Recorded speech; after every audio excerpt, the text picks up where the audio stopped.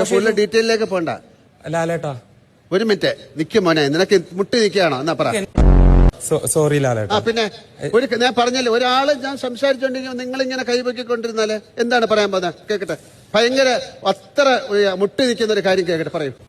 എടുത്തിട്ടുണ്ടോ ഇല്ലെങ്കിൽ ഞാൻ എനിക്കറിയില്ല. ഇപ്പൊ ഇത് എന്റെ കയ്യിൽ ഇരിക്കട്ടെ, ഇനി ഇത് തിരിച്ചു കിട്ടില്ല, ഒന്നും ചെയ്യാൻ പറ്റില്ല മോനെ. ഇത്രയും കഷ്ടപ്പെട്ട് തരുന്ന സാധനം മാവിന്റെ മുകളിലാണ് കൊണ്ടുവയ്ക്കുന്നത്. അത് ഞാൻ വെച്ചിട്ടില്ല ലാലേട്ടാ. അല്ല പിന്നെ ഇത് നടന്നു കയറിപ്പോയോ? അമ്പലത്തിൽ പൂജയ്ക്ക് എന്തോ പോയിട്ട് വന്നോലുണ്ടല്ലോ. Thank you ലാലേട്ടാ. എന്നിട്ട് ഇതാണ് പരിപാടി. അപ്പാനി എന്തായിരുന്നു? ഞാൻ എടുത്തത് കാണ്ടാമൃഗം. അതെന്താ കാര്യം? അല്ല, അത് എടുത്തത് അത്ര കട്ടിയുണ്ടോ നിങ്ങളുടെ തുണിക്ക്? ഞാൻ പെണ്ണുള്ളത് കൊണ്ട് പട്ടിക്കുട്ടി. പെട്ടിക്കുട്ടി ആണും പെണ്ണും ഒക്കെ ആയിക്കൂടെ? വേണമെങ്കിൽ അതിനെ ഉപയോഗിക്കാം.